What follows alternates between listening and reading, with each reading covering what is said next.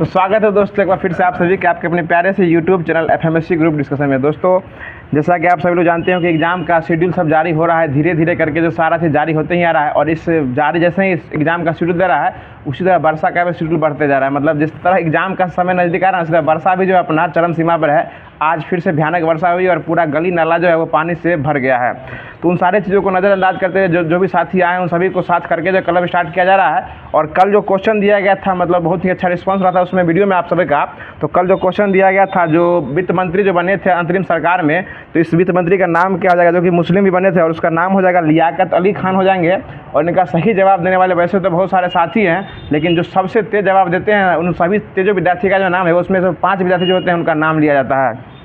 तो आज प्रथम स्थान पे आए हैं सबसे तेज़ में ये अनिल कुमार हसनपुर से आए हैं जो कि सही जवाब दिए हैं। दूसरे स्थान पे स्टडी पॉइंट करके आए हैं। और तीसरे स्थान पे अमित कुमार जी आए हैं जो कि मोतिहारी जिला से आए हैं। और चौथे स्थान पे अशोक पांडे जी जो कि पटना से आए हैं। और 5वें स्थान पे ममता राय जी जो कि जंदाहा वैशाली से आए हैं। तो ये सभी लोगों को धन्यवाद देना चाहते हैं कि ये सभी लोग क्यूज के अंत तक बने रहते हैं। और क्यूज के अंत तक बनने के बाद जो क्यूज को पूरा अच्छे तरीके से सुनते हैं और वीडियो के लास्ट में जो क्वेश्चन पूछा जाता है उसका सही जवाब देने का प्रयास सफलतापूर्वक का उसमें एक कदम अपना आगे बढ़ाते हैं। तो जो भी लोग चैनल पर पहली बार आए हैं तो वीडियो को लाइक कर दीजिए पहले, और उसके बाद चैनल को सब्सक्राइब कर लीजिए। और क्वेश्चन जो है ये सबसे लास्ट में पूछा जाता है, इसके लिए आपको पूरा वीडियो देखिए और सारा चीज़ आपको समझ में आने वाला है। और ये सारा चीज़ आपको होमवर्क के माध्यम से पूछा जाता है। और होमवर्क आपको एक दिन पहले जो है एफएमएससी का टेलीग्राम चैनल भी है, व्हाट्सएप ग्रुप भी है, उन सारे जगहों पर वो होमवर्क जो है वहाँ पीडीएफ और आपको लिखित रूप में भी दे दिया जाता है। जिन लोगों के पास बुक है वो अपना बुक से पढ़ सकते हैं, बाकी जिनके पास अपडेटेड बुक नहीं है लूसेंट का तो पीडीएफ के माध्यम से ये पढ़ के आ सकते हैं। उसके बाद क्यों सुनिएगा तो आपका तैयारी जो है वो लेवल का हो जाएगा जिस लेवल की आप कल्पना क्या करते हैं।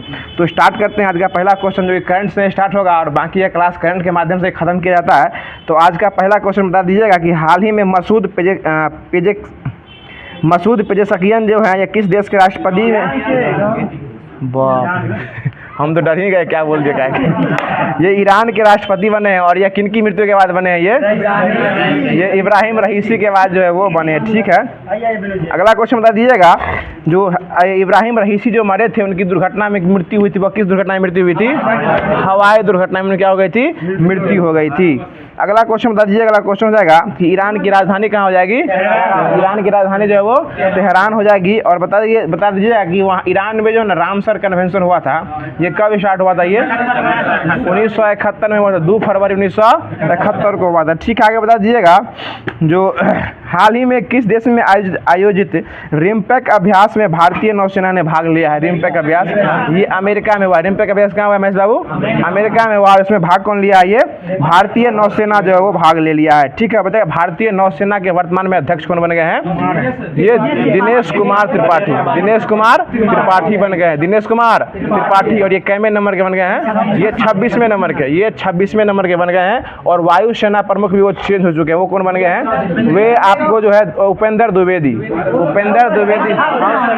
ठीक, सॉरी फॉर डैट, वो थल सेना अध्यक्ष उपेंद्र कुमार द्विवेदी हो जाएंगे। और वीवीआर चौधरी जो है वो वायुसेना अध्यक्ष हो जाएंगे। ठीक है, अगला क्वेश्चन बता दीजिए कि हाल ही में T20 विश्व कप जो जीता है वह कौन सा देश जीता है? ये भारत जीता। और किसको हरा के जीता है? ये साउथ अफ्रीका बोले या दक्षिण अफ्रीका बोले, दोनों को ये इस दोनों बात एक ही है, इसको हरा के जीता है। और ये मैच जो हुआ था इसका आयोजन किन किन देशों में हुआ था? ये हुआ था अमेरिका।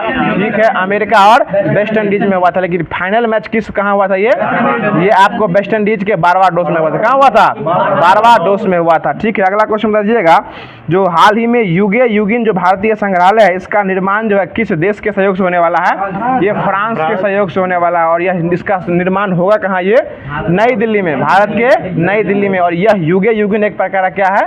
संग्रहालय है। ये संग्रहालय बनने वाला है युगीन। और इसका सहयोग जो है निर्माण करने में सहयोग कौन सा देश करने वाला है? फ्रांस करने वाला है। कोई दिक्कत? अगला क्वेश्चन बता दीजिए कि मर्सर के जीवन यापन लागत डेटा रिपोर्ट के अनुसार जो है दुनिया का सबसे महंगा शहर कौन बन गया है? ये आपको हांगकांग बन गया। हांगकांग बन गया। किसको पीछे छोड़ दिया? ये सिंगापुर को। सिंगापुर अब दूसरे स्थान पे आ गया और पहले स्थान पे महंगा शहर में कौन आ गया है? हांगकांग आ गया है। ठीक है ना। और सबसे सस्ता शहर कौन बन गया है? इस्लामाबाद। इस्लामाबाद कहाँ पड़ता है? पाकिस्तान में इस्लामाबाद पड़ता है। अगला क्वेश्चन बताइए, क्वेश्चन हो जाएगा कि हाल ही में यूरोपीय परिषद के अगले अध्यक्ष पद पर किसे नियुक्त किया गया है? एंटोनियो कोस्टा को नियुक्त किया गया। बहुत अच्छा जवाब। आगे बता दीजिए, अगला क्वेश्चन है कि हाल ही में जो है ना बैंक ऑफ बड़ौदा ने किसे अपना ब्रांड एम्बेसडर नियुक्त किया है? ये सुमित नांगल को नियुक्त किया है, सुमित नांगल को। और सुमित नांगल क्या एक प्रकार के खिलाड़ी है, टेनिस खिलाड़ी है, ये टेनिस खिलाड़ी है। सुमित नांगल जो है वो टेनिस खिलाड़ी हो जाएंगे। ठीक है, अगला क्वेश्चन देखिए, हाल ही में पहला अंतर्राष्ट्रीय डेयरी महासंघ एशिया प्रशांत शिखर सम्मेलन का आयोजन जो है कहाँ किया गया है? ये कोच्चि में किया गया है। कोच्चि कहाँ पड़ता है?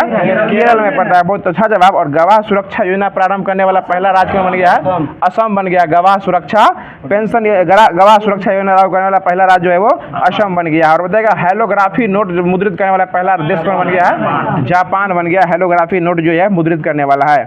आगे बता दीजिए कि हाल ही में भारतीय सेना वायुसेना ने अपनी पहली स्वदेशी एंटी रेडिएशन मिसाइल का सफल परीक्षण जो किया है, उस एंटी रेडिएशन का नाम क्या हो जाएगा?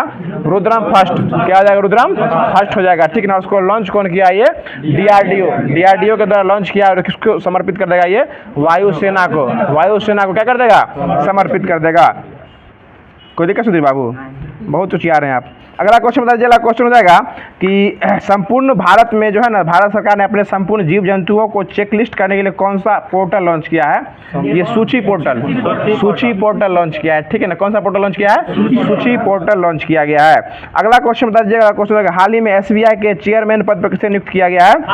खारा हट गया, अब टेर हो गया है वो। श्रीनिवासन सेठी जो है वो बन गया, श्रीनिवासन सेठी बन गए हैं। अगला क्वेश्चन बता दीजिएगा, हाल ही में आशा भोसले की जीवन स्वर स्वामिनी आशा का विमोचन जो कहाँ किया गया है? ये आपको कहाँ हुआ है? मुंबई में हुआ है। ठीक है। और जीएसटी दिवस कब मनाया जाता है? 1 जुलाई को मनाया जाता है। पता चलेगा। अगला क्वेश्चन हो जाएगा कि प्रोजेक्ट परी का संबंध जो है ना, ये किस मंत्रालय से हो जाएगा? ये संस्कृति मंत्रालय से हो जाएगा। और परी का फुल फॉर्म क्या हो जाएगा? पापा की परी ना, public art of India. Public art of India हो जाएगा, इसका फुल फॉर्म हो जाएगा। इसका आर्टिंग जो है ना, ये आपको दीवारों पर जो चित्रकारी के माध्यम से जो किया जाता है, इसका विकास जो कौन से मंत्रालय द्वारा किया जाएगा? ये संस्कृति मंत्रालय। और इसका नाम हो जाएगा ना, प्रोजेक्ट परी के तहत किया जाएगा। ठीक है ना। आगे बता दीजिएगा, जो यूनेस्को विश्व धरोहर सूची में भारत का भी कितना स्थान दिया गया है? वो 46 को हो चुका है। कितना हो चुका है? ये आपको 42 को शामिल किया गया है। ठीक ना। और क्रम जो होगा ना, ये 46वें क्रम का भारत में जो ये मनाया जाने वाला। और भारत का इसमें टोटल कितना साइट शामिल है? 42 को शामिल हो चुका है। और 46वें क्रम का बैठक जो होगा ना, ये कहाँ होगा? भारत में होने वाला है 2024 में। और 45वें क्रम का जो हुआ था वो कहाँ हुआ था? वो सऊदी अरब में हुआ था। सऊदी अरब में, रियाद में हुआ था।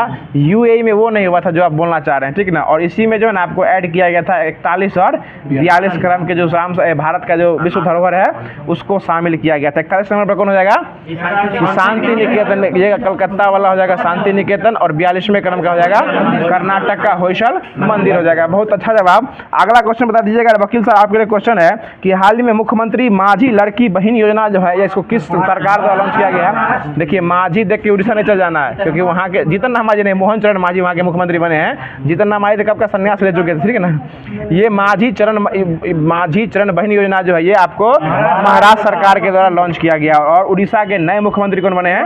मोहन चरण मांझी बने हैं। और झारखंड के फिर से चेंज हो गए हैं, फिर जो थे वो बाबा वापस आ गए हैं, फिर से हेमंत सोरेन वापस आ गए। और आते ही फिर से वो नया अपडेट भी दे दिए हैं। ठीक है ना। आप बता देंगे क्या दिया अपडेट्स हो। अगला क्वेश्चन बता दीजिएगा, हाल ही में मिर्गी के दौरे को नियंत्रित करने के लिए दुनिया का पहला ब्रेन इम्प्लांट जो वो कहाँ किया गया है? यह आपको जो है ब्रिटेन में किया गया। कहाँ किया गया है? ब्रिटेन में किया गया है। ठीक ना। और अमेरिका वाला जो है ना, शुगर वाला किडनी लगा दिया था। शुगर वाला किडनी लगा दिया, उसको मारियो दिया था, वो अमेरिका वाला लगा दिया था। ठीक है ना। आगे बता दीजिए, अगला क्वेश्चन है कि हाल ही में भारतीय सेना ने संयुक्त सैन्य अभ्यास मैत्री किसके साथ प्रारंभ किया? ये सेना अभ्यास है। ये आपको थाईलैंड के साथ किया है। थाईलैंड के साथ जो किया है मैत्री किया है। आगे बता दीजिएगा, डुरंड कप जो है किस खेल से संबंधित है? फुटबॉल से। और 133वें क्रम का 2024 में डुरंड कप होने वाला है, इसका आयोजन जो वो कहाँ होने वाला है? ये कलकत्ता में होने वाला है। बहुत अच्छा जवाब, कलकत्ता में होने वाला है। ये हमको ये बता दीजिएगा क्वेश्चन कि 24वें क्रम का जो एससीओ का शिखर सम्मेलन होने वाला है, ये कहाँ होने वाला है? ये अस्ताना, कजाकिस्तान की राजधानी अस्ताना में होने वाला है। और हो भी रहा है, कुछ हुआ भी है। और इसमें एक देश को शामिल किया गया। कौन सा शामिल किया गया है? वो आपको बेलारूस को शामिल किया गया। ठीक है ना। ये कैमे क्रम का है? 10वें क्रम का। 9वें क्रम का जो शिखर सम्मेलन हुआ था वो कहाँ हुआ था? नई दिल्ली में हुआ था। और इसी में किसको शामिल किया गया देश के रूप में? ईरान को शामिल किया गया था। और 10वें क्रम का जो बेलारूस शामिल हुआ है उसका बैठक कहाँ हुआ है? अस्ताना में हुआ है। कहाँ हुआ है सर जी? अस्ताना में हुआ है। ठीक है ना, यूं ही मुस्कुराते रहिएगा तो बहुत अच्छा लगते हैं देखने में आप। अगला क्वेश्चन बताएगा, हाल ही में लियोन शतरंज मास्टर्स 2024 का खिताब जो है वो कौन जीते हैं? ये विश्वनाथन आनंद जीते हैं, विश्वनाथन आनंद। और इनको किसका पिता कहा गया है? शतरंज का, शतरंज का पिता जो किसको कहा गया है? ये विश्वनाथन आनंद को कहा गया है। और हाँ, माइंड मास्टर इन्हीं का पुस्तक हो जाएगा, इन्हीं का पुस्तक का नाम हो जाएगा विश्वनाथ आनंद जी सर। अगला क्वेश्चन बता दीजिएगा। अगला क्वेश्चन है कि हाल ही में ICAR भारतीय मसाला अनुसंधान संस्थान ने किसे स्पाइस अवार्ड यानी मसाला वाला अवार्ड दिया 2024 में? ये आपको दिया है स्वप्ना कलिंगल को, स्वप्ना कलिंगल को दिया है। ठीक ना, ये फसल प्रबंधन के लिए दिया गया है इनको। अगला क्वेश्चन हमको ये बता दीजिएगा कि विश्व हिंदी पुरस्कार जो 12वें क्रम का दिया गया है किसको दिया गया है?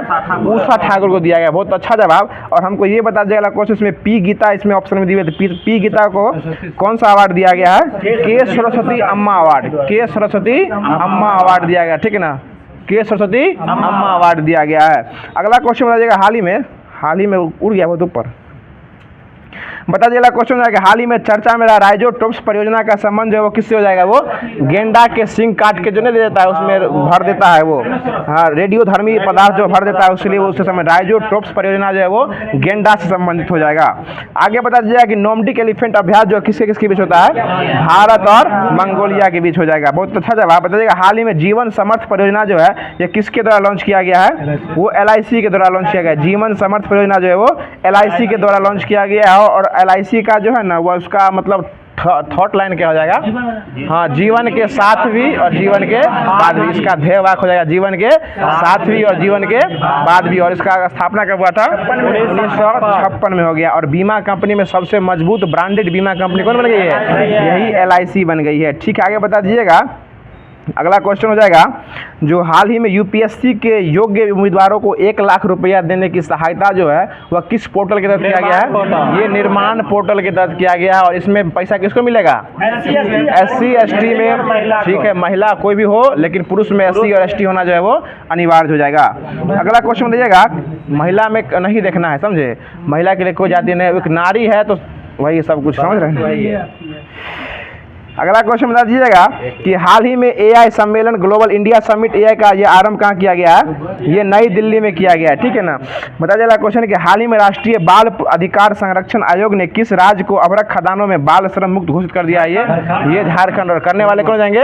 यही हेमंत सोरेन। वो आए और फिर अपडेट दे दिए, बोले थे ये अपडेट दिए हैं। ये बाल श्रम क्या किए हैं? जो कारखाना अभ्रक उत्पादन कारखाना में जो काम करता था सबको बाल श्रम से मुक्त कर दिया। कौन किए हैं? हेमंत सोरेन। और इससे पहले वो काम करे गए थे विधवा पुनर्विवाह योजना, जानने से पहले ये काम करे गए थे और आए तो फिर ये बाल श्रम वाला, जानने से पहले विधवा को फिर से विवाह करने की योजना स्टार्ट किए थे और आए थे जेल से बाहर आए तो फिर ये काम कर दिए, बाल श्रम को क्या कर दिए थे? मुक्त कर दिए, अभ्रक खाद्यान्न के उत्पादन से मुक्त कर दिए थे। सरहुल फेस्टिवल कहाँ मनाया जाता है? झारखंड में ही मनाया जाता है। झारखंड की स्थापना कब हुई थी?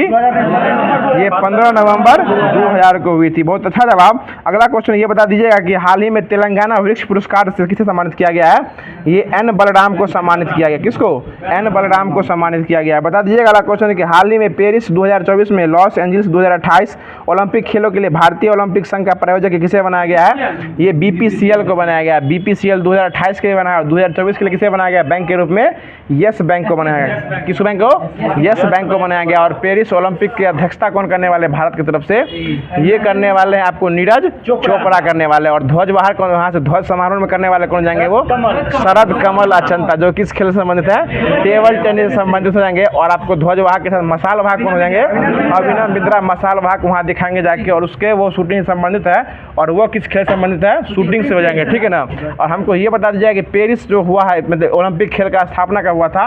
अंतर्राष्ट्रीय ओलंपिक संघ की स्थापना 23 जून 1894 को स्थापना हुआ था और खेला गया था 1896 से। बताइए प्राचीन ओलंपिक की शुरुआत कब से हुई थी? 776 BC से हुई थी प्राचीन ओलंपिक की शुरुआत हुई थी। और बता दीजिएगा एक क्वेश्चन और बता दीजिएगा हमको कि ओलंपिक संघ के अध्यक्ष कौन है वर्तमान में अभी? थॉमस वाक। थॉमस वाक हो जाएंगे। क्या हुआ? हमसे छत पर थॉमस वाक रहते हैं। थॉमस वाक हो जाएंगे, और थॉमस वाक किस देश के हो जाएंगे? ये जर्मनी के हो जाएंगे। पेरिस से, मतलब पेरिस नहीं, ओलंपिक से कुछ ऐसा तथ्य लगा जो हमने आपके सामने रखा और आपने उसका सही जवाब जो है हमारे सामने रख दिया, ठीक है ना। अगला क्वेश्चन ये बता दीजिएगा कि हाथरस कहाँ पड़ता है? अभी यूपी में पड़ता है, वहाँ ही बहुत दंगा वंगा होते रहा है, तो बता दीजिए उसके लिए जो है ना, उसको जांच के लिए, हाथरस की जांच के लिए जो है एक कमेटी का गठन किया गया है। उसकी अध्यक्षता कौन करने वाले हैं? ये रिटायरमेंट मुख्य न्यायाधीश हैं ब्रजेश श्रीवास्तव। ब्रजेश श्रीवास्तव, ये हाथरस वाला घटना हुआ इसी में ये अध्यक्षता करने वाले हैं। बता दीजिएगा प्रोजेक्ट नेक्सस का संबंध किससे हो जाएगा? ये आपको प्रोजेक्ट नेक्सस का संबंध जो नहीं, ये RBI से हो जाएगा, ठीक ना। और ये बता दीजिएगा कि ICC ने T20 में नंबर 1 ऑलराउंडर किसे घोषित कर दिया है? ये हार्दिक पांड्या को कर दिया है, ठीक है ना। जडेजा को लात मार के हटा दिया, आप किसको ले आया है? हार्दिक पांड्या को ले आया है, ठीक है ना। आगे बता दीजिएगा कि हाल ही में लोकपथ मोबाइल ऐप किसके द्वारा लॉन्च किया गया है? मध्य प्रदेश के द्वारा लॉन्च किया गया। वहाँ के सरकार कौन है अभी?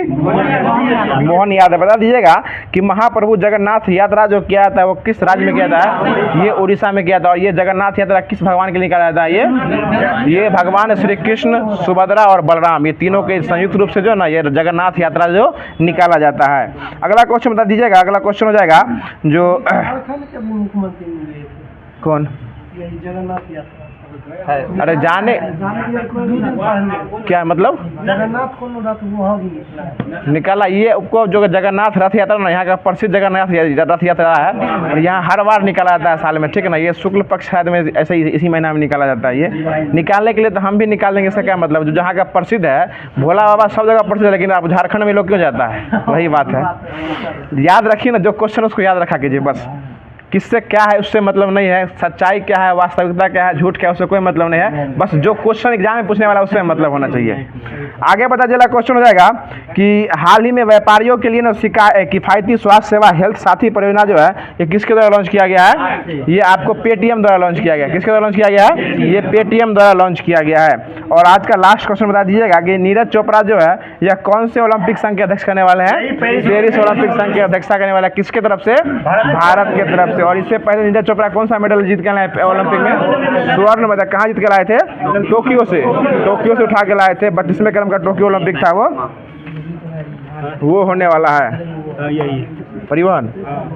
तो आज का जो भी करंट अफेयर बनने वाला था उसको हमारे द्वारा संपूर्ण रूप से ख़त्म कर दिया गया है। और करंट अफेयर के बाद जो सीरीज चलते आ रहा है लूसेंट बुक का माध्यम से, तो लूसेंट बुक का पूरा सुपरा जो होमवर्क के माध्यम से दिया जाता है उसका साथ किया जाएगा। इसमें आपको ज्योग्राफी देखने को मिलेगा, उसका इकोनॉमिक्स देखने को मिलेगा, उसका फिजिक्स केमिस्ट्री बायोलॉजी वो भी देखने को मिलेगा। उसके बाद आपको वन लाइनर जो है सार संग्रह जो है आपको SPD का स्पार्क पब्लिकेशन का वो भी देखने को मिलने वाला है। उससे ही लास्ट में आपको देखने वाला है SPD का जो आता है साइंस स्पेशल जो टेस्ट पेपर दिया हुआ है वो, और उसके बाद आपको करंट अफेयर का SPD का बुक है वो देखने वाला है। तो ये सारा चीज़ आपको सिलसिलेवार ढंग से एक ही वीडियो में आपको सारा चीज़ देखने वाला है, मिलने वाला है। इसलिए आप लोग वीडियो के अंत तक बने रहिएगा। और अभी तक जो भी लोग चैनल को सब्सक्राइब नहीं किए तो चैनल को सब्सक्राइब कर लीजिए, क्योंकि वीडियो बहुत ही शानदार, जानदार और लल्लन टॉप होने वाला है।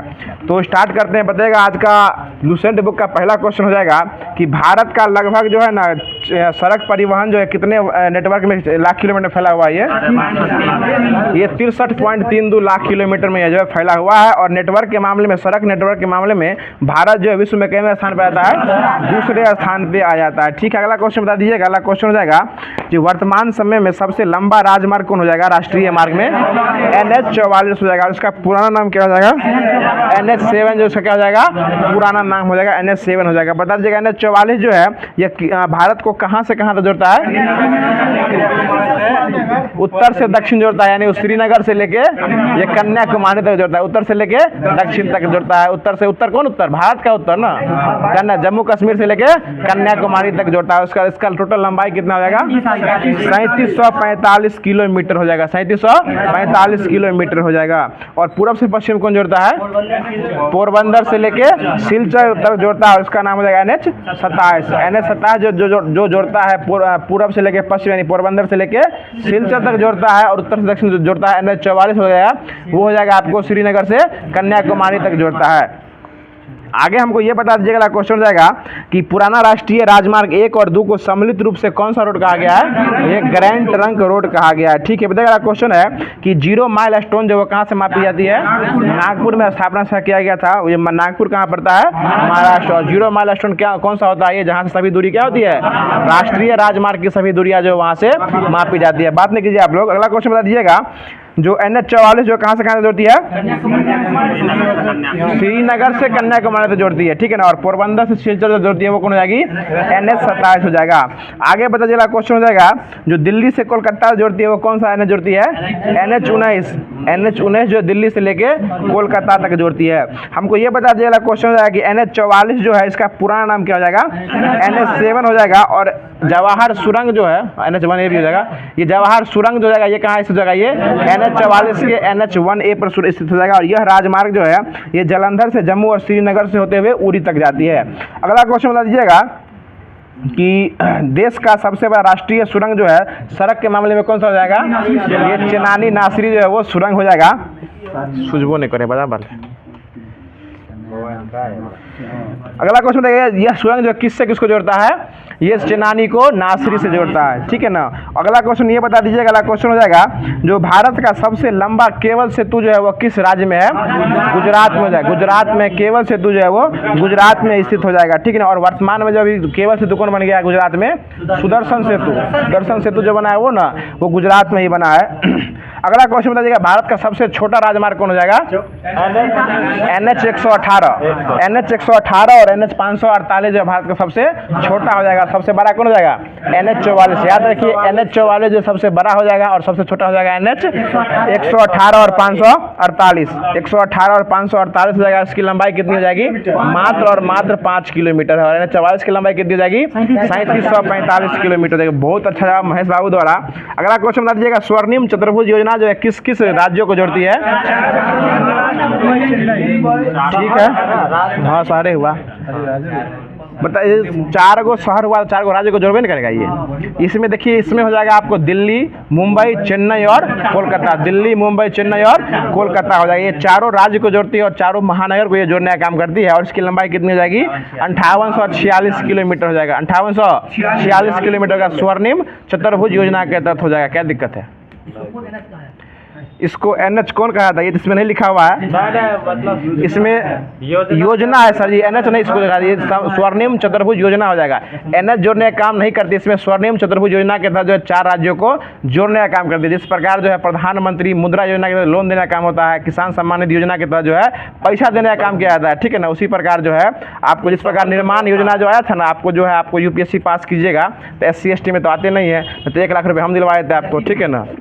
लड़की तो अब नहीं, कुछ गुण है उसका लेकिन। अगला क्वेश्चन बता दीजिएगा, अगला क्वेश्चन हो जाएगा कि बता दीजिएगा कि राष्ट्रीय राजमार्ग विकास के तहत जो है ना उत्तर से लेकर दक्षिण गलियारा तक कौन सा किसको किससे जोड़ता है? उत्तर से लेकर दक्षिण गलियारा तक वही हो जाएगा, श्रीनगर से लेकर कन्याकुमारी तक हो जाएगा। और पूर्व से पश्चिम जो गलियारा जोड़ती है वो सिलचर से लेकर पोरबंदर तक जो है वो जोड़ने का काम किया करती है। बता दीजिएगा, क्वेश्चन हो जाएगा कि भारतमाला परियोजना जो है इसकी शुरुआत कौन से मंत्री किए थे?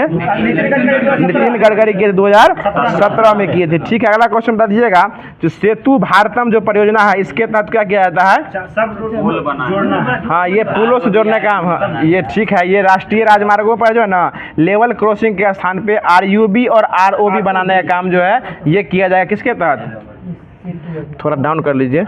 अगला क्वेश्चन बता दीजिए, अगला क्वेश्चन हो जाएगा कि बता दीजिएगा, अगला क्वेश्चन राज्यों में राजमार्ग की लंबाई जो है इनमें सबसे प्रथम स्थान पे कौन सा राज्य आ जाएगा?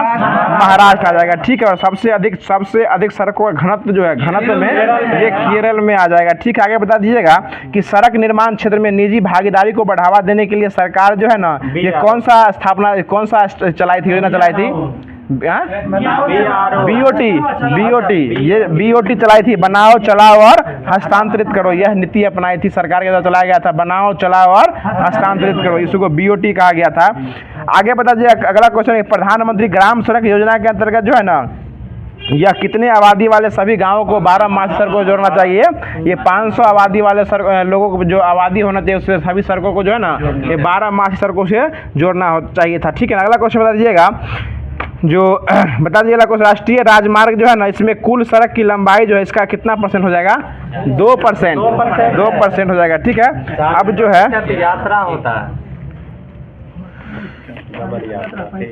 अब जो है आपको ये ज्योग्राफी खत्म हो गया। अब ये भारत का इकोनॉमिक्स जो अर्थव्यवस्था वो देखने को मिलने वाला है, तो बता दीजिएगा।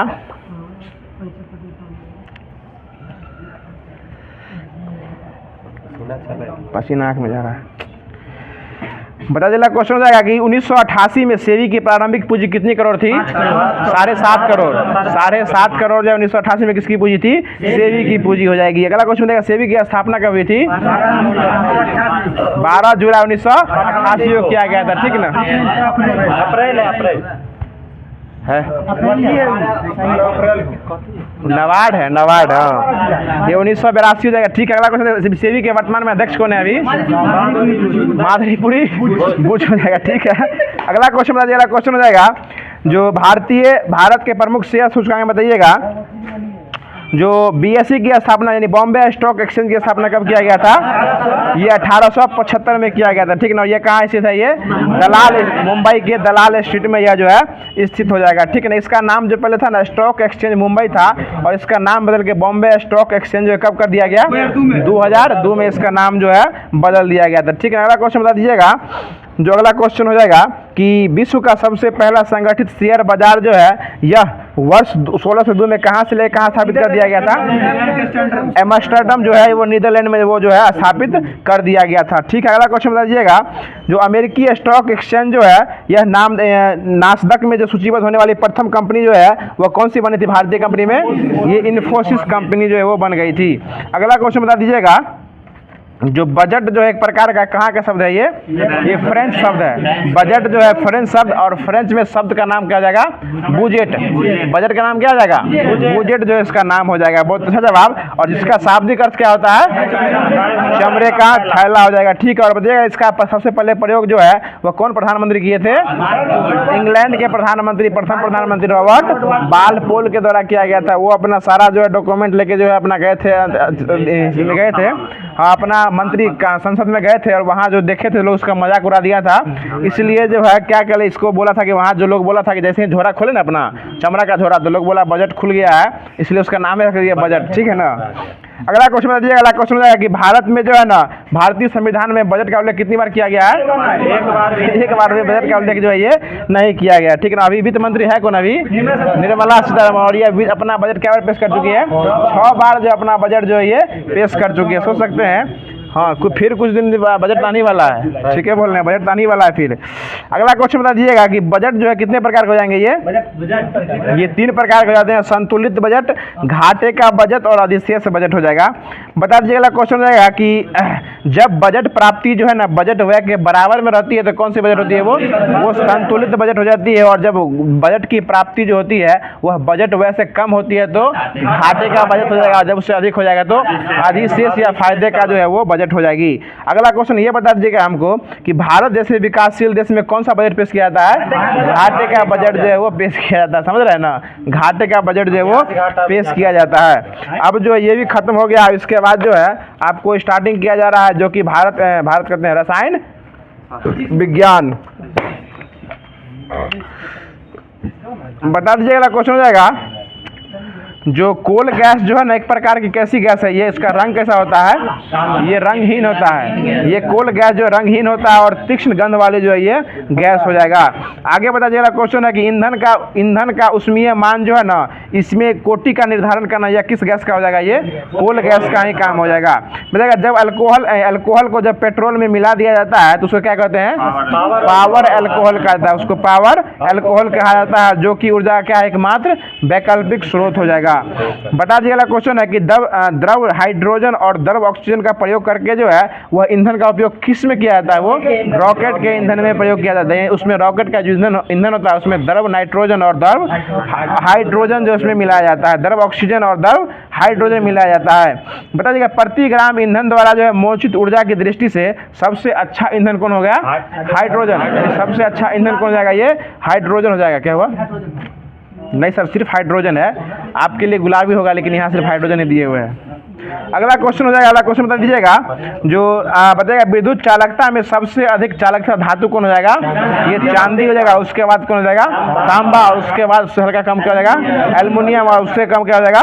टंगस्टन। उससे कम क्या होगा? टंगस्टन हो जाएगा। बता दीजिएगा क्वेश्चन है कि चांदी की उष्मीय चालकता जो होती है वो क्या होती है? सबसे अधिक हो जाएगी, ठीक है ना। और ये इसमें जो है ना प्रकाश का परावर्तन में क्या होता है? अधिक हो जाएगा। उच्चतम रूप में इसका प्रकाश का परावर्तन जो है इसमें होता है। बता दीजिएगा सबसे कम जो है विद्युत चालकता वो किसमें होती है? ये शीशा में। सबसे कम जो है उष्मा और विद्युत की चालकता जो है किसमें होती है? ये शीशा में हो जाएगी। बताइए धातुओं की ऑक्साइड कैसी होती है? क्षारीय या अम्लीय में बताना है। क्षारीय हो जाएगी। और अधातु की जो प्रकृति होती है वो अम्लीय होती है। धातु जो क्षारीय होती है और अधातु जो है वो अम्लीय हो जाएगी। अगला क्वेश्चन बता दीजिएगा कि भार के आधार पर, भार आधार पर जो है किसकी चालकता जो है वह Cu से दुगुनी हो जाती है? यानी कम एल्युमिनियम की चालकता जो कॉपर से दुगुनी हो जाती है, यानी भार के आधार पर जो हो जाएगा ये। आगे बता दीजिएगा क्वेश्चन है कि सबसे हल्की धातु कौन हो जाएगी? सबसे हल्की धातु जो है वो लिथियम हो जाएगी। और सबसे भारी धातु क्या हो जाएगी? ओस्मियम हो जाएगी। और सबसे कठोर धातु क्या हो जाएगी? ये क्रोमियम। और सबसे मजबूत धातु कौन हो जाएगी? ये टंगस्टन हो जाएगा। बहुत अच्छा जवाब। अगला क्वेश्चन बताइएगा पदार्थ है वो हीरा पदार्थ हो जाएगा। आगे बताया क्वेश्चन जाएगा कि भूपर्वटी पर जो है ना पृथ्वी की भूपर्वटियों में वह पाया जाने वाला धातु सूत्र में बताया कि धातुओं में एल्युमिनियम जो है कितना परसेंट पाया जाता है? 7%। एल्युमिनियम 7%, लोहा 4%, लोहा 4% पाया जाता है। एक एक बढ़ा के ही बोल रहे हैं आप। लोहा 4%, एल्युमिनियम जो है ये 7% पाया जाता है। और कैल्शियम जो है वो 3% पाया जाता है। 3 4 हो जाएगा 7 हो जाएगा। 3 हो जाएगा कैल्शियम, 4 हो जाएगा लोहा और 7 हो जाएगा एल्युमिनियम हो जाएगा। आगे बता दीजिएगा अगला क्वेश्चन हो जाएगा कि भूपर्वटी में प्राकृतिक रूप से पाए जाने वाले तत्व या यौगिक को क्या कहते हैं?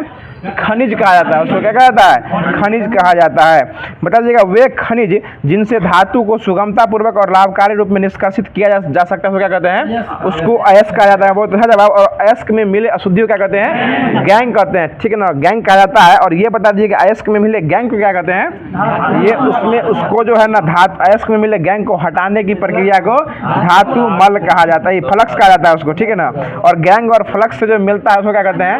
धातु मल कहा जाता है। फिर से बता देते, सुन लीजिए कि अयस्क में मिली अशुद्धियों क्या कहते हैं? गैंग कहते हैं। और अयस्क में मिले गैंग को हटाने के लिए जो पदार्थ मिला जाता है उसको क्या कहते हैं? फ्लक्स कहते हैं। और गैंग और फ्लक्स के निर्माण में मिलने को क्या कहते हैं?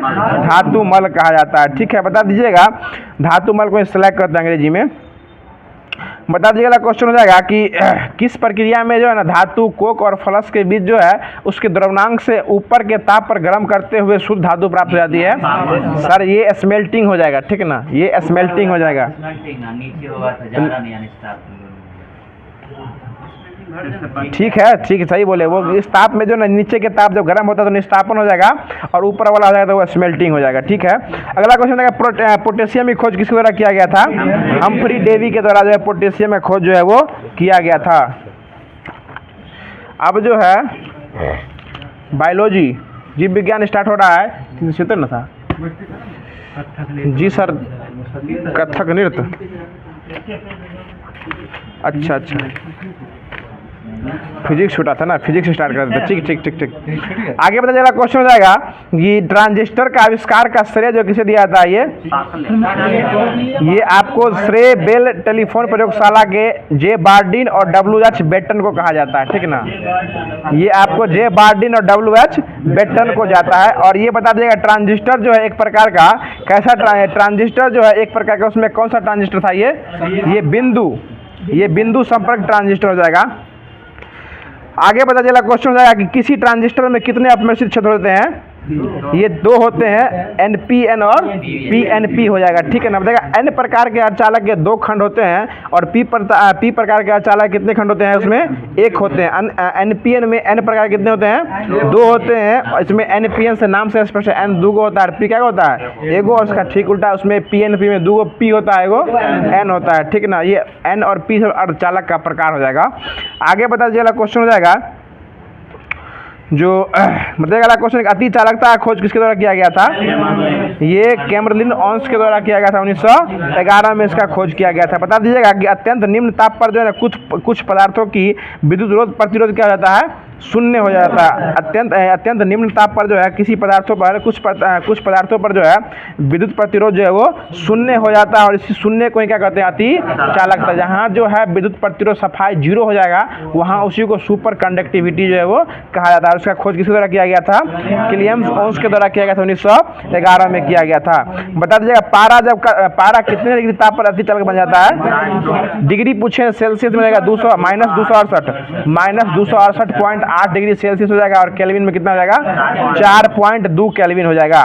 बता दीजिएगा क्वेश्चन हो जाएगा, जो घड़ी में क्वार्ट्ज क्रिस्टल, घड़ी में जो है ना क्वार्ट्ज क्रिस्टल का कम दाब जो हो जाता है वो किस प्रभाव के कारण होता है?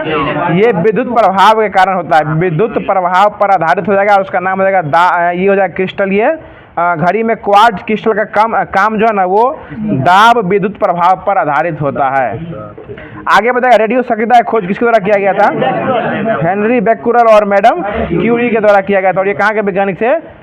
ये फ्रेंच वैज्ञानिक हो जाएंगे, और इनको इन तीनों को संयुक्त रूप से क्या दिया गया था? नोबेल पुरस्कार भी दिया गया है। बता दीजिएगा क्वेश्चन हो जाएगा कि गामा किरणें और अल्फा, गामा किरणें जो किन किरणों के बाद उत्सर्जित होती है? ये अल्फा और बीटा के बाद गामा किरणें उत्सर्जित हो जाती है। बता दीजिएगा क्वेश्चन हो जाएगा, जो रॉबर्ट पियरे और उनकी पत्नी का नाम क्या था? Madam Curie. इनको जो है ना ये रेडियम की खोज जो किए थे ना, इनको जो है ना बता दिया रेडियो सक्रियता के दौरान निकलने वाले किरण की पहचान जो सबसे पहले कौन किए थे? रदरफोर्ड किए थे, 1902 में किए थे। बता दीजिएगा क्वेश्चन, सभी प्राकृतिक रेडियो सक्रिय तत्व जो है जिनके उत्सर्जन करने के बाद वो शीशा में बदल जाते हैं, उस प्राकृतिक तत्व का नाम क्या हो जाएगा? अल्फा, बीटा और गामा हो जाएगा। और ये बाद में जो उत्सर्जन के बाद किसमें बदल जाते हैं? शीशा में बदल जाते हैं। बताएगा सबसे अधिक वेधन क्षमता किसकी होती है? गामा किरण की हो जाती है। और सबसे अधिक आयनन क्षमता किसकी होती है? ये वेधन में गामा होगा और आयनन में अल्फा किरण हो जाएगा। ठीक है, आगे बता दीजिएगा क्वेश्चन हो जाएगा, जो रेडियो सक्रियता की माप जो है किसमें की जाती है?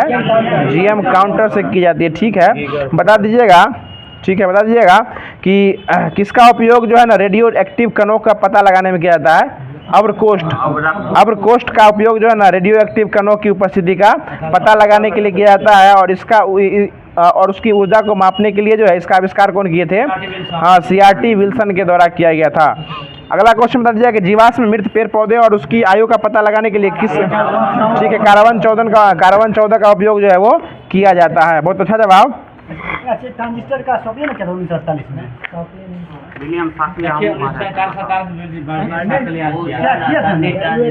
वो संधि ट्रांजिस्टर है। इसमें संधि ट्रांजिस्टर बार्डिन और WH बेटन के द्वारा किया गया था। कोई नहीं मिला, आगे बताइए ना कौन है? कौन है? वो तो पलट के दिए सो बतला गया, वही है ये हो गया है। एक और संधि ट्रांजिस्टर हो गया था। बायोलॉजी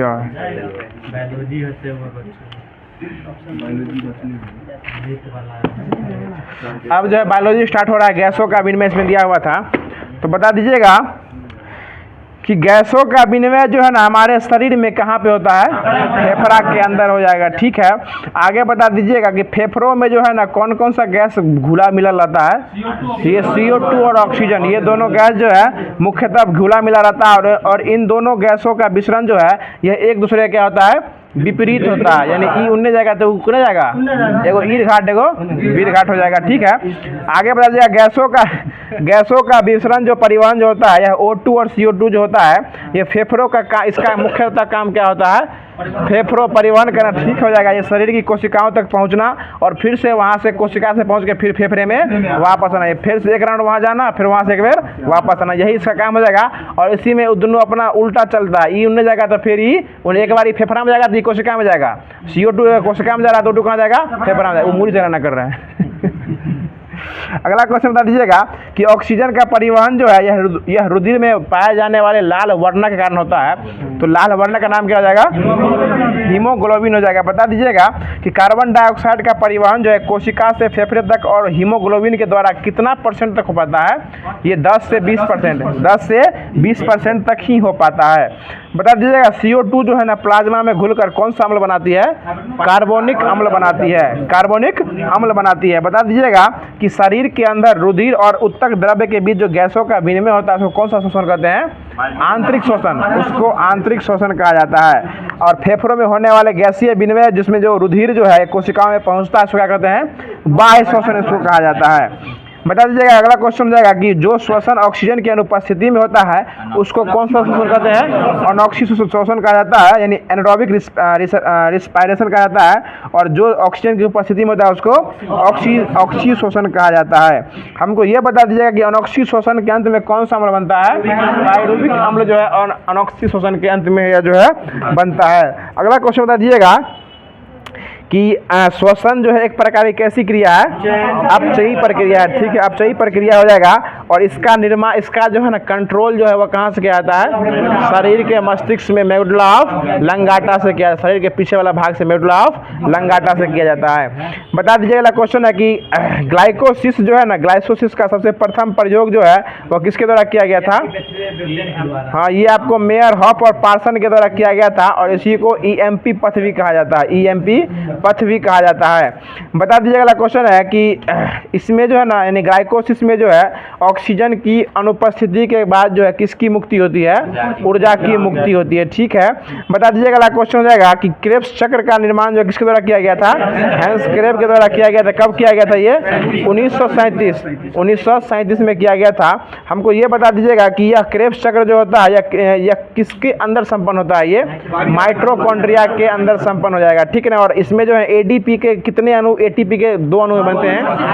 ADP के 2 अणु ATP के 2 अणु में बनते हैं, ठीक है। 38 वाला बाद में बनाएंगे, पहले 2 से स्टार्ट किया जाता है ना, 38 पे जाइएगा। पहले 2 तब 36, तब 36 2 38 होगा, ठीक है ना, लाइन से चल रहे हैं। आगे बता दीजिएगा इस चक्र में हाइड्रोजन के कितने कितने परमाणु 5 बार मुक्त होते हैं? दो परमाणु जो कितने बार मुक्त होते हैं? 5 बार मुक्त हो जाएंगे। और बता दीजिएगा पूरे चक्र के दौरान कितने पायरुविक अम्ल होते हैं? 2 गो। इसमें भी कितने पायरुविक अम्ल होते हैं? 2 ही पायरुविक अम्ल जो हो जाएंगे, ठीक है ना। अगला क्वेश्चन बता दीजिएगा कि पायरुविक अम्ल के अणुओं के ऑक्सीकरण से ATP का एक अणु जो है यह 5 NADH के अणु बनाते हैं और फिर एक अणु जो है यह 2 अणु प्राप्त कर लेते हैं। इसी प्रकार यह चक्र चलता रहता है और इसी कारण जो 18 अणु ATP का निर्माण हो जाता है। तो एगो में 18 हो जाएगा, दूगो में क्या हो जाएगा? एगो में और 18 होगा, 18 दूनी कितना हो जाएगा? 36 गो हो जाएगा, ठीक है। उसके बाद बताइएगा कि ग्लाइकोसिस के दौरान जो है 2 गो, इस 36 के बाद ग्लाइकोसिस के दौरान जो है 2 गो भी ATP का क्या होता है? लाभ होता है। उसके बाद वही 2 गो और 36 जोड़ के जो है एक राउंड में 38 ATP ऊर्जा क्या करता है? निर्माण करता है। आगे बता दीजिएगा क्वेश्चन हो जाएगा कि वे पदार्थ जो जीवों में विभिन्न प्रकार के जैविक कार्यों और संचालन का संपादन के लिए आवश्यक होते हैं उसको कौन सा पदार्थ कहते हैं? उसको पोषक पदार्थ कहा जाता है। जो जीवों के जैविक क्रियाओं के संचालन और संपादन के लिए आवश्यक होते हैं उसको क्या कहते हैं? पोषक पदार्थ जो है वो कहा जाता है। अब एक लास्ट टॉपिक बच गया है आपको कला और संस्कृति का, जो कि लुसेंट बुक के माध्यम से दिया जाता है। कला और संस्कृति का दिया गया था। हमको ये बता दीजिएगा इसमें कुछ कला और संस्कृति है जो कि आपको जो है ना स्टैटिक जीके का एक प्रकार से रीड बोलिए, जो कि नया लुसेंट ने बहुत ही अपडेटेड कंटेंट दे दिया है, ठीक है। इसको पढ़ने का प्रयास किया करिएगा। तो बता दीजिएगा क्वेश्चन हो जाएगा कि हेमंत उत्सव जो है ना ये कहाँ मनाया जाता है? ये उड़ीसा में मनाया जाता है। और कौन सी जनजाति द्वारा मनाया जाता है? पारजा हेमंत, ये पारजा जनजाति द्वारा मनाया जाता है। बिल्ला उत्सव जो कहाँ मनाया जाता है? ये नृत्य, ये बिल्ला नृत्य जो है यह मध्य प्रदेश में मनाया जाता है। और कौन से जनजाति द्वारा मनाया जाता है? ये बैगा, बिल्ला जो है ये बैगा जनजाति द्वारा मनाया जाता है, जो कि एक प्रकार का नृत्य है। और पतझड़ के मौसम में क्या किया जाता है? इसको नृत्य किया जाता है। बताएगा थांगटा नृत्य जो कहाँ का हो जाएगा? ये मणिपुर का हो जाएगा, एक प्रकार का जनजाति का नृत्य है। और यह कौन सी जनजाति डांस करती है? ये मैती हो जाएगा। मैती मणिपुर में ना है, अभी मणिपुर में मैती आती है। कुकी, हाँ कुकी और मैती का झड़प जो है मणिपुर में ही हुआ है। बता दीजिएगा इसमें थंग का अर्थ क्या होता है? तलवार। और टा का मतलब क्या होता है? भाला, यानी तलवार और भाला लेके डांस करता है। ये एक प्रकार का डांस नहीं है, एक प्रकार का शक्ति प्रदर्शन है, अभ्यास एक प्रकार से बोल सकते हैं। ये हो जाएगा थांगटा नृत्य, जो एक प्रकार का शक्ति है, क्या है? अपना अभ्यास करना या प्रदर्शन करना, ये हो जाएगा थांगटा। ये कहाँ मनाया जाता है? ये मणिपुर में मनाया जाता है। लाई हरोबा कहाँ मनाया जाता है? मणिपुर में। यही क्वेश्चन पूछ लिया दरोगा में, लाई हरोबा कहाँ का हो जाएगा? तो मणिपुर का हो जाएगा, ठीक है। आगे बता दीजिएगा कि कोलकल्ली जो है, कोलकल्ली यह एक केरल का त्यौहार है। उसको कौन कौन से लोग मनाते हैं? ये केरल का हिंदू और मुसलमान दोनों मिलके इस नृत्य क्या करते हैं? कोलकल्ली को करते हैं, मनाते हो जाएंगे। ठीक है, आगे बढ़ा अगला क्वेश्चन हो जाएगा कि डप्पू जो है, डप्पू ये कहाँ का ताल नृत्य है? ये डप्पू ये आंध्र प्रदेश का, ये आंध्र प्रदेश का हो जाएगा। और इसमें क्या होता है? डप्पू गोल खांचे में मड़ा होता है और ड्रम की तरह ये ढमढम आवाज करता है। और इसके चलाने के 5 प्रकार होते हैं। डप्पू को चलाने के 5 प्रकार होते हैं। डप्पू एक प्रकार का ढोलक हो जाएगा, उसको बजाने के कितने प्रकार के हैं? 5 प्रकार के हो जाएंगे। देखिए इसमें हम सुन लीजिए, आप लोग को पता होगा तो अच्छी बात है, नहीं पता होगा सुन लीजिए अभी। ये मजली डप्पू, उसके बाद आता डप्पू, होली डप्पू, पोचमा डप्पू और रोलताम डप्पू हो जाएगा। ठीक है ना, नाम सुन लीजिए, भूल जाइए, कोई दिक्कत नहीं, लेकिन नाम याद रखिए। 5 प्रकार का डप्पू जो है ये बजाते हैं। तो मजली डप्पू में होता है कि एक बार बारी बारी से बजाना, एक बार ढम इधर करना तो फिर ढम करना, ठीक ना, ढम और फिर ढम करना, हो जाएगा मजली डप्पू हो जाएगा। उसके बाद अत्ता डप्पू जो होगा, यानी 2 कदम एक बार, 2 बार दोनों डंडा एक बार पटेंगे तो क्या हो जाएगा? अत्ता डप्पू हो जाएगा। और 3 कदम यानी 3 बार एक ही बार 3 बार बजाइएगा तो हो जाएगा होली डप्पू। और 4 कदम वाला पोचमा डप्पू और 5 कदम वाला रोलताम डप्पू हो जाएगा। पहले 1 हो जाएगा, यानी बारी बारी से बजाना है। उसके बाद जो हो जाएगा कदम वाला 2 हो जाएगा, वही अत्ता वाला, होली वाला 3, पोचमा वाला 4 और रोलताम वाला 5 हो जाएगा। 6 नहीं 5 जगह इसमें। बता दीजिएगा टेम्पेटा गल्लू जो है ये कहाँ का लोक नृत्य है? ये आंध्र प्रदेश का लोक नृत्य हो जाएगा। और ये ढोलक नृत्य एक प्रकार का ढोलक नृत्य हो जाएगा। और टेप्पे टाई जो लोक नृत्य है ये कहाँ का लोक नृत्य है? ये तमिलनाडु का हो जाएगा। ये लोक नृत्य है टेप्पे टपाई, ठीक है ना। आगे बता दीजिएगा क्वेश्चन है कि घेमाली कहाँ का लोक नृत्य है? घेमाली असम का हो जाएगा। असम का लोक नृत्य हो जाएगा। इसमें नाटक शुरू करने से पहले लोग जो है घेमाली का आयोजन जो है वो करते हैं। बता दीजिएगा क्वेश्चन हो जाएगा कि डांडिया जो है, डांडिया ये कहाँ का हो जाएगा? ये गुजरात का हो जाएगा। और डांडिया गैर कहाँ का हो जाएगा? ये राजस्थान का जो है लोक नृत्य जो है वो हो जाएगा। डांडिया गुजरात है और डांडिया गौर जो है वो राजस्थान। इस प्रकार जो है, जिस प्रकार जो है ना, ये कहाँ कहते हैं? असम वाला ना एगो बिहू असम का, बिहू कहू अरुणाचल प्रदेश का, ठीक उसी प्रकार ये भी हो जाएगा। अब आएगा शेष क्लास जो इनके द्वारा लिया जाएगा। क्वेश्चन पूछने करता है वो नहीं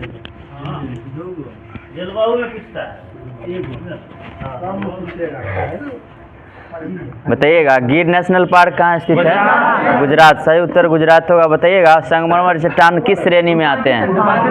रूपांतरित या कयांतरित, सही है। बताइएगा किस भारत के किस क्षेत्र में जैव विविधता अधिकतम है? उष्णकटिबंधीय क्षेत्र, ठीक है। जैव विविधता दिवस कब मनाया जाता है?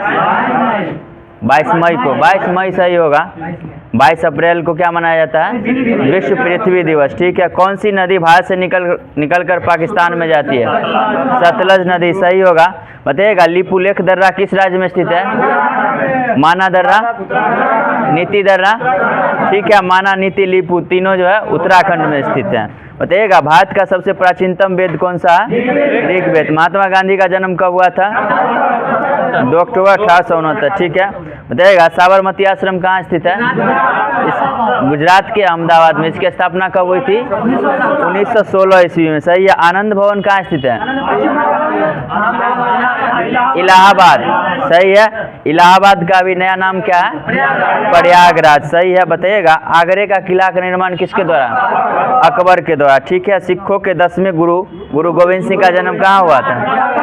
पटना, सही उत्तर होगा, पटना में। बताइएगा भारतीय संविधान के किस अनुसूची में भाषा को रखा गया है? कितने हैं अभी? 22 भाषा, ठीक है। बताइएगा संविधान सभा के स्थायी सभापति डॉक्टर राजेंद्र प्रसाद को कब बनाया गया था? डेट बोलिएगा। 11 दिसंबर 1946, ठीक है। संविधान सभा का गठन कब हुआ था? 9 दिसंबर 1946 को। अस्थायी सदस्य किसको बनाया गया था? अस्थायी अध्यक्ष सच्चिदानंद सिन्हा, ठीक है। बताइएगा भारतीय संविधान के किस संशोधन के द्वारा शिक्षा के अधिकार को एक मौलिक अधिकार के रूप में शामिल कब हुआ था? 2002 में, सही है। बताइएगा स्वच्छ भारत अभियान कब से शुरू किया? 2 अक्टूबर 2014 से शुरू किया गया था, ठीक है। बताइएगा पंचायती राज अपनाने वाला पहला राज्य? दूसरा आंध्र प्रदेश, सही है। बताइएगा आगरा जो है किस नदी के किनारे स्थित है? यमुना नदी, सही है। बताइएगा यमुना नदी का उद्गम किस राज्य में स्थित है? उत्तराखंड में, सही है। बताइएगा हीराकुंड बांध किस नदी पर है? महानदी पर है। बताइएगा मुजफ्फरपुर की लीची का ब्रांड क्या है? शाही लीची। सही है। विश्व उपभोक्ता दिवस 15 मार्च। बताइएगा बिहार में जो छठ पूजा मनाया जाता है साल के 2 माह में, कौन कौन सा माह? मार्च और नवंबर में। और हिंदी का महीना कौन कौन हो जाएगा? चैत, कार्तिक। ठीक है। बताइएगा बिहार का डालमिया नगर किसके लिए प्रसिद्ध है? ठीक है, डालमिया एगो सीमेंट का भी नाम है। बताइएगा जल मंदिर कहाँ स्थित है बिहार में? पावापुरी। सही उत्तर है। बिहार में औसत वर्षा कितनी होती है? mm में बताना है। 1205 mm। सही है। बताइए 1205 सही है। भारत का वित्तीय वर्ष कब से कब तक है? 1 अप्रैल से 31 मार्च। ठीक है। बताइएगा ऑपरेशन देवी शक्ति किस देश से संबंधित है? अफगानिस्तान में फंसे भारतीयों को निकालने के लिए। बताइएगा मॉरिशस की राजधानी? Port Louis. सही है। जापान की मुद्रा? ठीक है। द नाइट वॉचमैन उपन्यास के लेखक? द नाइट वॉच, इसके लेखक है लुइस एल्ड्रिंच। लुइस एल्ड्रिंच है। बताइएगा पंजाबी भाषा किस लिपि की है? अच्छा, गुरुमुखी लिपि की शुरुआत कौन किए थे? गुरु अंगद के द्वारा किया गया था। ठीक है। बताइए लाल पान की बेगम किसकी रचना है? फणीश्वरनाथ रेणु। ठीक है। बताइएगा बेकिंग सोडा का सूत्र क्या होता है? NaHCO3। इसका रासायनिक नाम? Sodium bicarbonate. एक धोवन सोडा होता है, उसमें जल के कितने अणु होंगे? जल के 10 अणु। और इसका सूत्र क्या हो जाता है? Na2CO3 × 10H2O। इसका रासायनिक नाम क्या हो जाएगा? Sodium carbonate. सही है। अमलगम किसकी मिश्र धातु है? पारा की है। सही है। खगोलीय दूरी मापने के लिए किसका प्रयोग किया? प्रकाश वर्ष। ठीक है। बताइएगा कौन सा एंजाइम है जो ग्लूकोज को एथिल अल्कोहल में परिवर्तित करेगा? जाइमेज एंजाइम। बिल्कुल सही है। बताइएगा लोकतंत्र के लिए सबसे आवश्यक क्या होता है? राजनीतिक दल जो है उसका होना जरूरी होता है। बताइएगा संयुक्त राष्ट्र संघ का मुख्यालय कहाँ स्थित है? संयुक्त राष्ट्र संघ की स्थापना कब हुई थी? 24 अक्टूबर 1945। भारत इसका सदस्य कब से है? 1945 से ही है। बताइएगा हीमोग्लोबिन वर्ण किस में पाया जाता है? RBC में पाया जाता है। ठीक है। बताइएगा अनुवांशिकी के जनक? ठीक है, Gregor John Mendel. Gregor John Mendel. बताइएगा राष्ट्रीय मानवाधिकार आयोग की स्थापना? आयोग की स्थापना पूछ रहे हैं 1993। ठीक है। बताइएगा सरहुल पर्व किस जनजाति द्वारा मनाया जाता है? मुंडा जनजाति। किस राज्य में? झारखंड में। बताइएगा अमन फसल किसकी फसल है? धान की। बिल्कुल सही है, धान की। बरसात का बूंद जो गोलाकार होता है किसके कारण? पृष्ठ तनाव के कारण। ठीक है। बताइएगा दाब बढ़ाने पर किसी पदार्थ की क्वथनांक क्या होती है? बढ़ जाती है। सही है। पेरियोस्कोप किस सिद्धांत पर कार्य करता है? प्रकाश के केवल परावर्तन ही होगा। ठीक है। परावर्तन पर पृथ्वी के कुल सतह का कितना % जल से ढका हुआ है? 75%। सही है। बताइएगा एक कहानी सुनिए, एक कहानी यह भी, इसके रचनाकार कौन है? मनु भंडारी। एक कहानी यह भी, इसके रचनाकार है मनु भंडारी। ठीक है। बताइएगा मतदाता सूची को आमतौर पे अंग्रेजी में क्या बोलते हैं? वोटर लिस्ट बोलते हैं। सही है। बताइए दक्षिण अफ्रीका में रंगभेद आंदोलन के नेता नेल्सन मंडेला थे। ठीक है। बताइएगा बिरजू महाराज को किस नृत्य से संबंधित है? कथक से। सही है। बताइएगा हड़प्पा के किस स्थल से जलाशय के प्रमाण मिले? धौलावीरा। किस राज्य में स्थित है? गुजरात में स्थित है। सही है। बताइएगा बिहार दिवस कब मनाया जाता है? 22 मार्च को मनाया जाता है। सही है। बताइएगा RNA का फुल फॉर्म क्या होता है? Ribo nucleic acid. बताइएगा RNA का मुख्य कार्य क्या होता है? प्रोटीन का संश्लेषण करना होता है। सही है। बताइएगा मस्तिष्क ज्वर किसके कारण होता है? जीवाणु से होता है। सही है।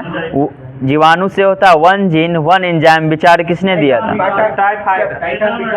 ठीक है, वीडल और टेटम द्वारा दिया गया था। बताइएगा घेगा किस ग्रंथि के बढ़ने से होता है? सही है, थायराइड ग्रंथि के बढ़ने से होता है। बताइएगा सबसे सूक्ष्मतम जीवित कोशिका कौन सी होती है?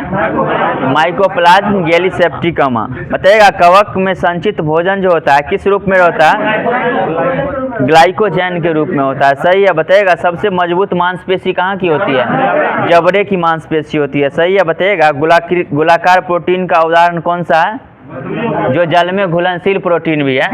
एल्ब्यूमिन, विटामिन ने पूछ रहे हैं, प्रोटीन पूछ रहे हैं। एल्ब्यूमिन प्रोटीन हो जाएगा और जल में घुलनशील विटामिन BC होता है और वसा में घुलनशील ADEK होता है। ठीक है, बताइएगा पौधे का प्रजनन अंग कौन सा होता है? पुष्प होता है। केसीन प्रोटीन का सबसे अच्छा स्रोत क्या होगा?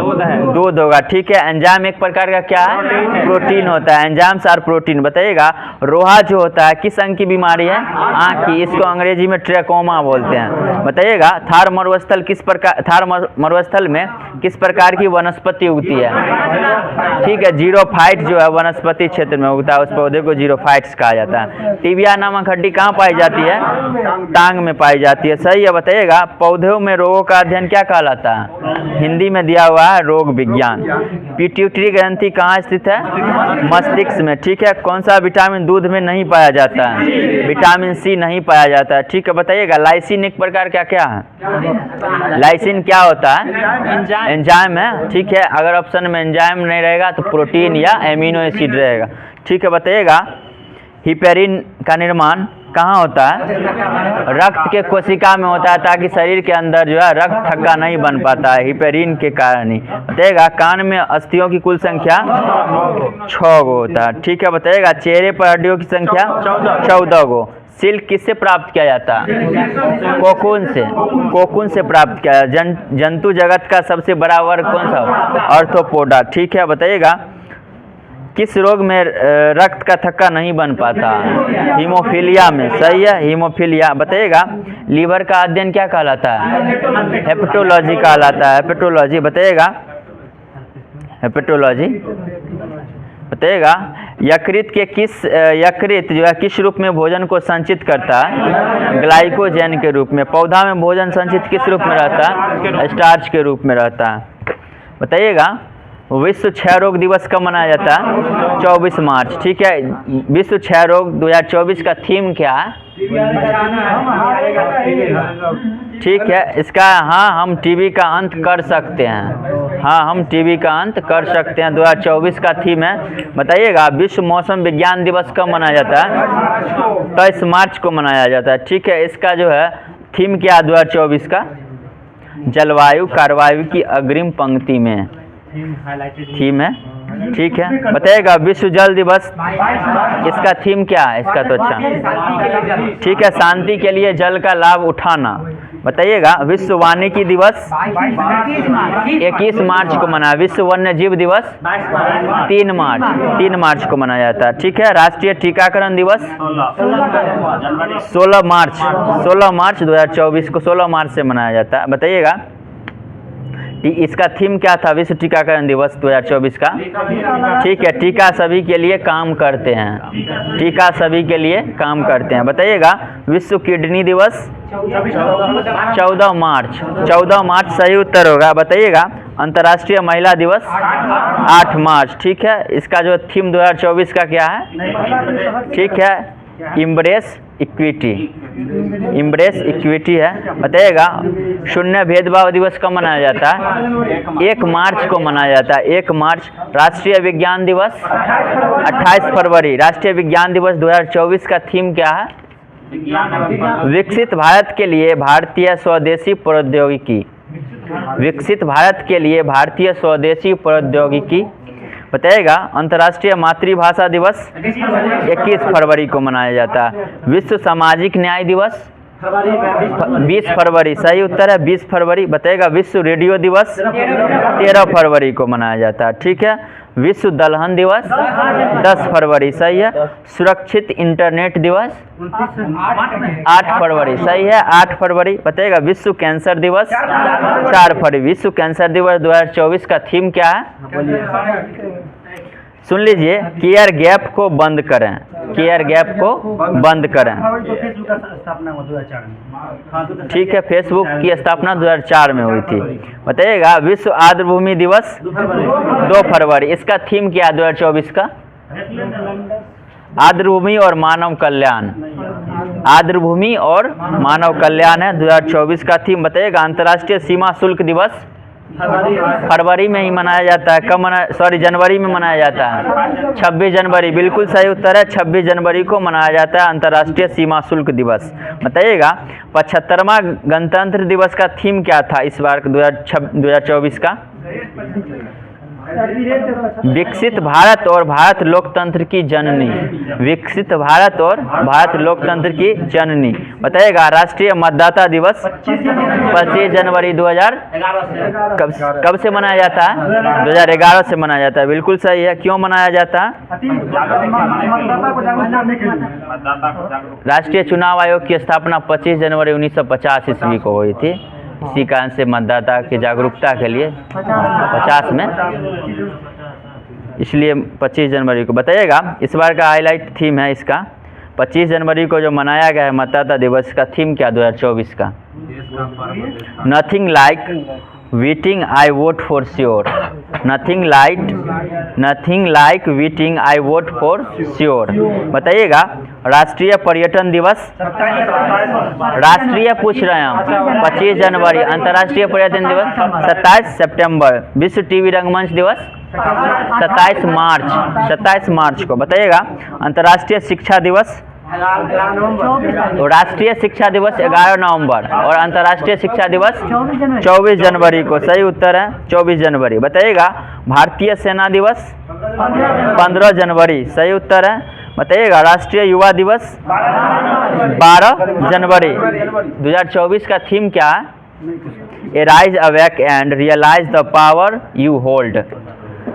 Arise awake and realize the power you hold। 2024 का थीम। विश्व हिंदी दिवस टाइम क्या होगा? 10 जनवरी को। बताइएगा विश्व ब्रेल दिवस 4 जनवरी। सही उत्तर होगा। सुशासन दिवस 25 दिसंबर। सॉरी 25 दिसंबर को मनाया जाता है सुशासन दिवस। किनके जन्मदिन पर? अटल बिहारी वाजपेयी के जन्मदिन पर। राष्ट्रीय उपभोक्ता अधिकार दिवस 24 दिसंबर होगा। 24 दिसंबर सही उत्तर होगा। बताइएगा राष्ट्रीय किसान दिवस 10 दिसंबर। राष्ट्रीय गणित दिवस 22 दिसंबर। विजय दिवस 16 दिसंबर होगा। पाकिस्तान की 1971 वाला युद्ध जो हुआ था ना, उसी में पाकिस्तान को हरा के जो भारत हराया था, उसी के 1971 में हाँ तो भारत लड़ा था ना पाकिस्तान से, जो उसी समय ना बांग्लादेश बना था, साथ ही ना था पहले बांग्लादेश पाकिस्तान। बताइएगा अंतर्राष्ट्रीय पर्वत दिवस 11 दिसंबर को मनाया जाता है। सही है। विश्व मृदा दिवस 5 दिसंबर सही होगा। बताइएगा विश्व कंप्यूटर साक्षरता दिवस 2 दिसंबर सही है। विश्व एड्स दिवस, अच्छा विश्व एड्स दिवस 2023 में जो मनाया गया था उसका थीम क्या था? Let communities lead. बताइएगा विश्व सतत परिवहन दिवस नवंबर में है, 26 नवंबर को मनाया जाता है। विश्व बाल दिवस 20 नवंबर और राष्ट्रीय बाल दिवस 14 नवंबर को मनाया जाता है। आज का सेशन यहीं समाप्त किया जाता है। जैसे कि आप लोगों के लिए क्वेश्चन प्रत्येक दिन दिया जाता है, जिसका उत्तर आप लोगों को कमेंट बॉक्स में देना होता है। तो आज का क्वेश्चन है, सुन लीजिएगा। बलात् श्रम अवैध व्यापार जो है किस अनुच्छेद में दिया गया है? बलात् श्रम को अवैध बताया गया किस अनुच्छेद में? उसका जवाब आप लोगों को कमेंट बॉक्स में देना। बताइएगा बलात् श्रम को जो है अवैध घोषित किया गया है किस अनुच्छेद में? अनुच्छेद का नाम लिखना है आप लोगों को।